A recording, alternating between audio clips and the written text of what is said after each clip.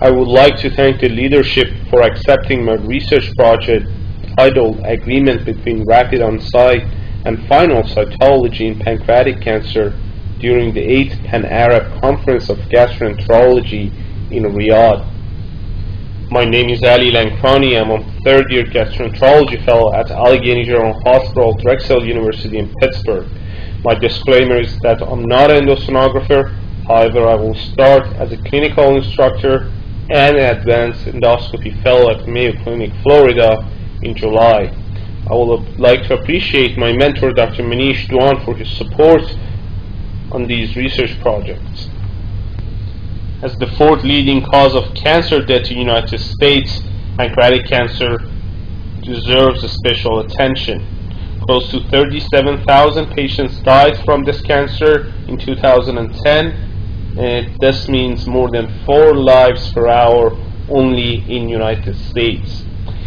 5-year survival rate is 5.5%, and annually more than $1.5 billion spent on the treatment for this cancer. More than 43,000 Americans were diagnosed with pancreatic cancer in 2010. Estimates indicate that 1.38% of men and women born today will be diagnosed with pancreatic cancer at some point during their lifetime. These are the different modalities that are currently used for making the diagnosis of pancreatic cancer. Cross-sectional imaging studying, including CT and MRI, play a major role due to their non-invasive nature and also availability. However, EUS FNA deserves a special attention because of high specificity of this test for making the diagnosis of pancreatic cancer. EUS alone is sensitive but not specific enough for making the diagnosis of pancreatic cancer.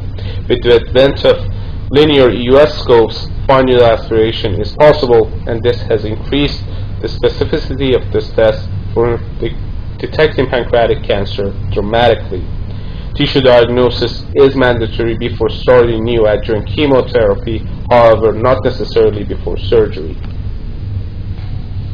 One of the challenges to EUS FNA for making the diagnosis of pancreatic cancer is to estimate the number of needle passes required to obtain enough cytologic material for making such diagnosis. When available, on-site cytopathologists can help the endosonographers regarding the adequacy of the sample and presence of neoplastic changes. This process has been termed Rapid On-Site Cytologic Evaluation, or ROSE. I would like to share with you my answers to the following 3 clinical questions during this symposium. The first question, which is evaluate the accuracy of pancreatic rapid on-site cytologic evaluation, or ROSE, during EUS FNA, will be presented during my talk. My answer to the second and third questions have been presented in the poster format. I will try to go over my findings during this talk. However, I will ask you to check my posters for detail. Agreement between ROSE and final interpretation of the material obtained during final aspiration of pancreatic cancer is largely unknown. In cases that ROSE overreads the adequacy of the sample or the neoplastic changes, this can result in premature termination of the exam. In such situations, additional investigation might be necessary to resolve such discrepancy. To answer these clinical questions, I reviewed the past 6 years' data on the patients with diagnosis of pancreatic cancer based on the EUS FNA as our standard. I collected the ROSE and final cytopathology results, and also the name of the attending cytopathologists involved in each case. I gathered information from 200 patients with malignant, suspicious, or atypical interpretation on their ROSE. On this slide, you can see the definition of overreading and underreading as defined in our study. As you can see, any change from malignant or change from suspicious to atypical or benign reading on final interpretation was categorized as overreading. Among the cohorts of 200 patients that I investigated, in majority of the cases, the Rose and final interpretation were compatible. In 21% of the cases, Rose underread the neoplastic changes, and in 4% of the cases, Rose overreaded the neoplastic changes. All of the patients with overread and Rose were recommended to have a repeated EUS FNA exams, and finally 62% of these patients had additional endoscopic or surgical procedures to resolve the discrepancy between Rose and final cytologic evaluation. Interestingly, incidence of Rose overreading was cytopathologist dependent, and depending on the 5 different attending cytopathologists involved in our cases, the rate of overreading ranged from 0 to 7%. Now I would like to draw your attention to the other 2 clinical questions that I will try to answer during the symposium. The first question was to identify the factors that may influence the number of FNA needle passes necessary during a EUS FNA for diagnosis of pancreatic cancer.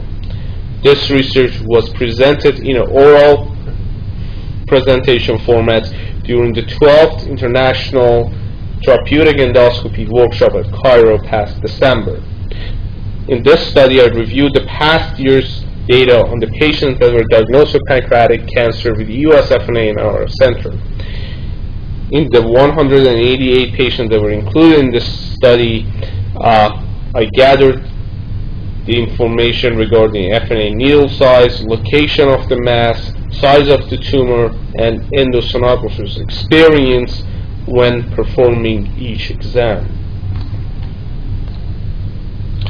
We were able to demonstrate that the pancreatic tail lesion required a higher number of FNA needle passes to obtain enough cytology. Also, we demonstrated that in a newly trained endosonographer, the first 25 patients required a higher number of FNA passes to obtain enough cytology. This number subsequently decreased and plateaued at a lower level. I will invite you to check my poster if you are interested to learn about the other findings of this study.